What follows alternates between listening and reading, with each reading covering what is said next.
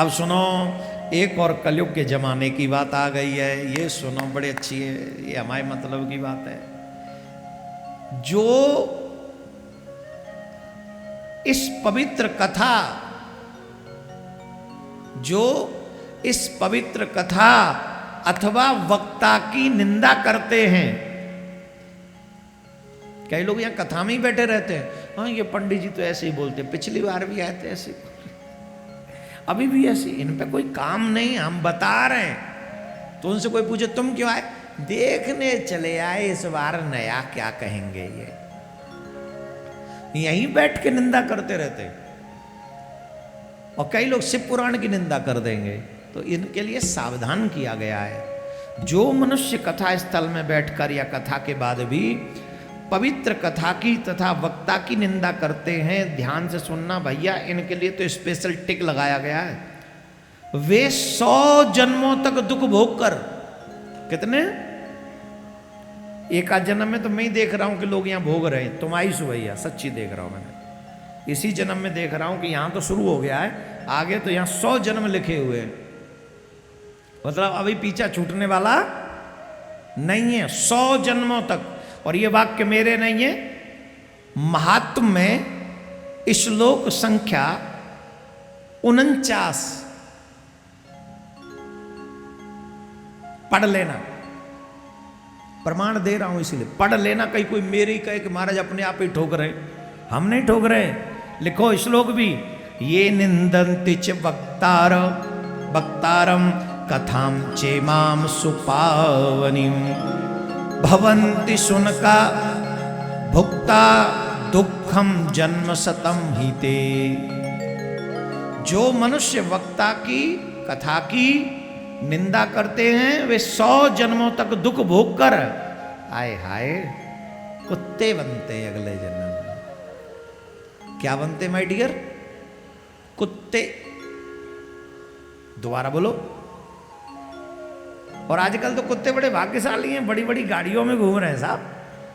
पहले लोग गाय पालते थे, आजकल बहुत से लोग तो ये कह रहे हैं चल अच्छा है, कमाना भी नहीं पड़ेगा, कुत्ते बनेंगे, गाड़ियों में रहेंगे, घूमेंगे फिरेंगे। अरे माय डियर, वो कुत्ते अच्छी ब्रांड के होते हैं कोई अच्छे कर्म करे थे, 2-4 कर्म बिगड़ गए, इसलिए अच्छी ब्रांड के हो गए, तो सब सुख वहां भी मिल रहे हैं उसे। लेकिन तुम्हारी हरकतें अच्छी ब्रांड वाली नहीं है। तुम्हारी जो मतलब यहाँ जो बैठे इनसे नहीं कह रहा हूँ, जो वहाँ सुन रहे आस्था यूट्यूब उनसे नहीं कह रहा हूँ, जो मुझे कभी भी सुनेंगे मैं उनसे नहीं कह रहा हूँ।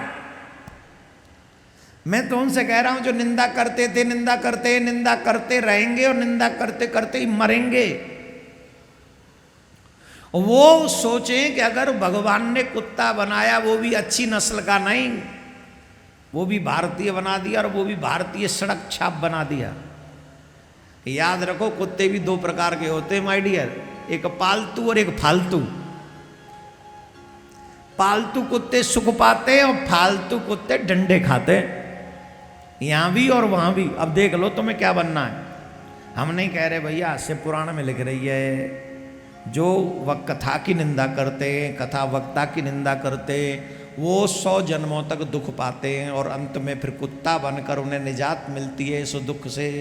इसलिए आप सबसे मेरा आग्रह है, कभी भी संत महात्माओं की निंदा मत करो, कभी पुराणों की निंदा मत करो, वेदों की निंदा मत करो।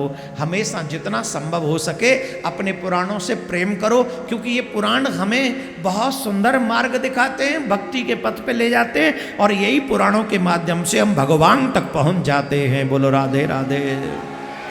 ऐसे नहीं, जोर से बोलना पड़ेगा, और जोर से। समझ में आ गई बात कि नहीं आ गई? समझ में आ गई? तो इसलिए हमें कथा बड़ी मर्यादित होकर हमको कथा सुनना चाहिए। प्रयागराज में सोनकादिक ऋषि विराजमान थे, सूत जी महाराज पधारे, उनसे किए हुए प्रश्न, और उन्होंने कहा कि देखो ऋषियों, मैं तुम्हें जो कथा सुना रहा हूँ वो वेद व्यास जी के द्वारा कही हुई कथा मैं तुम्हें बता रहा हूँ। मेरे गुरुदेव जो वेद व्यास जी हैं उन्होंने ये कथा सनत कुमार जी से सुनी थी, और सनत कुमार जी को ये कथा नंदकेश्वर महादेव ने कही थी। नंदकेश्वर ने मतलब भगवान शिव के वाहन नंदी ने ही उनको ये कथा सुनाई थी। पहला पार्थिव शिवलिंग का निर्माण कैसे हुआ जरा सुनिए, सावधानी से सुनिए। प्रसंग तो बड़े हैं लेकिन समय का अभाव है, क्योंकि 9 दिन में तो कथा करनी है हमें। शिव पुराण 9 दिन में पूरा होने वाला नहीं है, इतना बड़ा विशाल है। 24,000 श्लोक है इसमें, 7 संहिताएं हैं इसमें। अच्छा एक बात बताओ, भागवत जी से अलग प्रसंग मिल रहे हैं कि नहीं? बोलो। तो नया नया ज्ञान अर्जित करना चाहिए कि नहीं? आप लोग जो पहले आ जाते हैं 12:30 1 बजे, अपने हाथों से कम 11, 21 पार्थिव शिवलिंग जरूर बनाओ, अवश्य बनाओ। ये मौका तुम्हें दोबारा नहीं मिलेगा, मुझे नहीं लगता दोबारा मिल जाएगा ये बहुत जल्दी। 26 साल कंप्लीट हो जाएंगे शिवरात्रि पे हमको कथा कहते कहते। कितने? वैसे अभी मैं उतना लगता नहीं हूँ सीनियर कि इतना हो गया, पर 26 साल निकल गए लाइफ के कथा कहते हो। और कितना भाग्यशाली है शरीर कि भगवान ने 17.5 साल का लगा लिया अपने सेवा में, और आज 26 साल यहाँ कंप्लीट हो जाएंगे शिवरात्रि पे। लेकिन मुझे भी 25 साल भागवत करने के बाद शिव पुराण में हम लोग अब कथा कर रहे हैं और पार्थिव शिवलिंग का निर्माण कर रहे हैं। ये अपने आप में मुंबई वालों के लिए एक बहुत बड़ा गिफ्ट है प्रिया कांजू की तरफ से। और अगर आपने इसको मिस कर दिया ना, तो समझ लो कि आपने अपने भाग्य को कुल्हाड़ी से काट दिया है। मिस मत करना, एक शब्द भी मिस ना हो। अरे थोड़ा बहुत एडजस्ट कर लो, टाइम का क्या है, थोड़ा जल्दी निकल आया करो। ऑफिस से कह के निकलाया करो, महाराज 7 दिन जल्दी चले जाने दो। हाफ टाइम कर लो, हाफ डे होता है ना, वो हाफ डे कर लो। 2 बजे तक कथा, वो अपना काम करो और 2 बजे के बाद निकल आओ। और 2 बजे के बाद से यहाँ बैठो, अभिषेक का दर्शन करो, पार्थिव शिवलिंग बना लो जो बना सकें, जब तक अगर रह जाएं तो। जो पहले आते वो 21 और 11 नहीं बनाते, वो पूरे ही बना डालते, बोले सब हम ही बनाएंगे।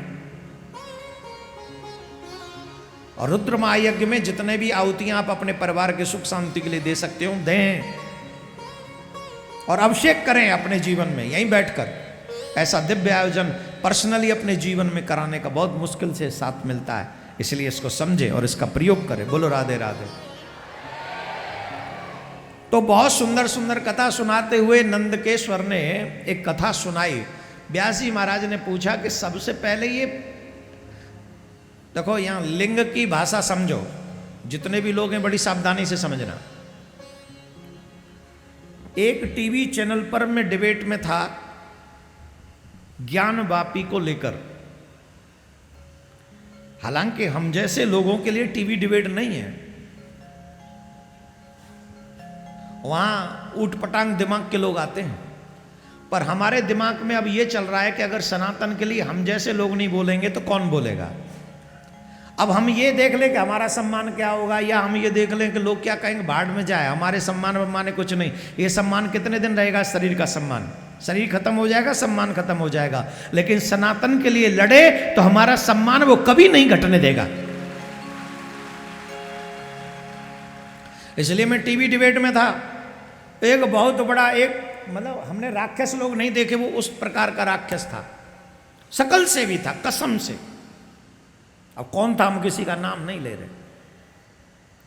उस महामूर्ख इंसान ने मतलब शिवलिंग को पुरुषत्व के चिन्ह को बताया कि ये पुरुषत्व का चिन्ह है, तुम इसकी पूजा करते हो। क्योंकि हम लोग स्काइप के माध्यम से जुड़े हुए थे तो ज़्यादा उसको, अच्छा वो सुन रहा था कि नहीं, हमने तो अपना सुनाया उसको। वो मूर्ख है, वो जानता ही नहीं। और ऐसे ही कई सनातनी है जो नहीं जानते कि लिंग का मतलब क्या है। लिंग का मतलब पुरुषत्व से नहीं है, जिससे हम ये पहचान करते हैं पुरुष है, ये स्त्री है, उससे नहीं है। लिंग का मतलब है चिन्ह। क्या मतलब है?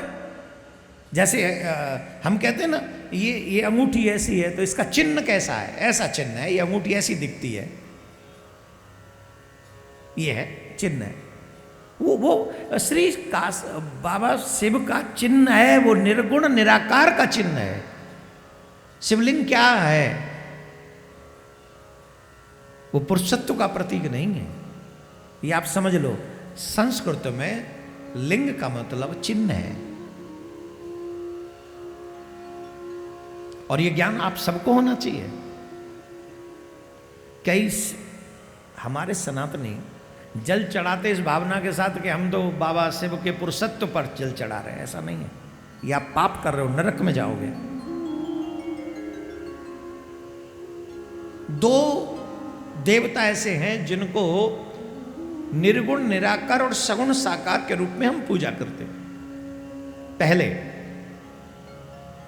भूत बाबा भोलेनाथ, जिनकी सकल और निष्कल दोनों ही पूजा होती है।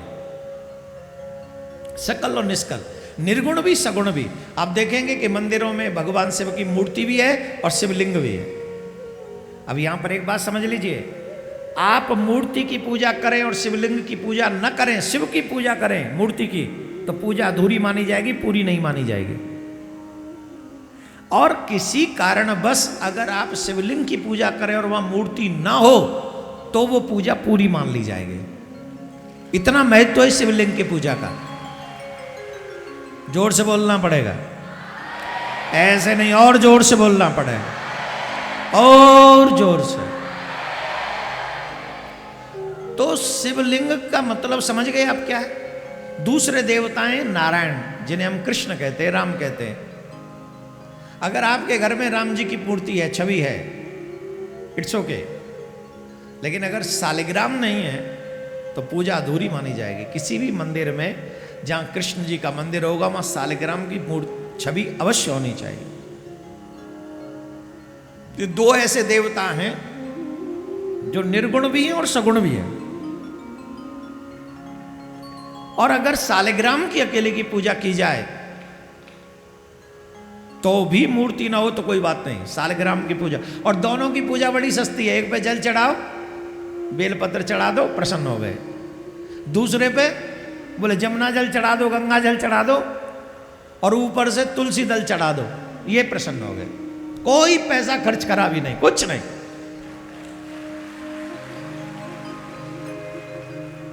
और अगर नारायण की पूजा करने जाओ, द्वारकाधीश की पूजा करने जाओ, विट्ठल की पूजा करने जाओ, अरे महाराज पूछो ही नहीं। विट्ठल माजा, कहां है विट्ठल माजा? आप गए हो कभी नाथ द्वारे गए हो? कितना खर्चा। अब राजसी ठाकुर है तो राजसी ठाकुर के तो खर्चे भी राजसी होते हैं। लेकिन दो देवता निर्गुण निराकार भी हैं और सगुण साकार भी हैं। सालिग्राम की पूजा तुलसी दल से प्रसन्न हो जाते हैं। आज हम आपको बहुत बड़ी बड़ी बातें बताने वाले आफ्टर आस्था प्रोग्राम कंप्लीट होने के बाद। जितने भी सुन रहे हैं, बहुत अच्छी बातें आज हम आपको बताने वाले, कल की तरह। कल आपको बताया ना धूल के विषय में बताया था।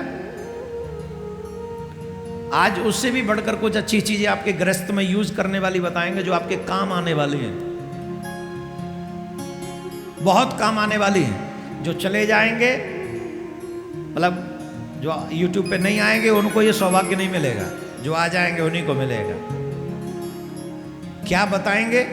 हिंट दे दें थोड़ी सी।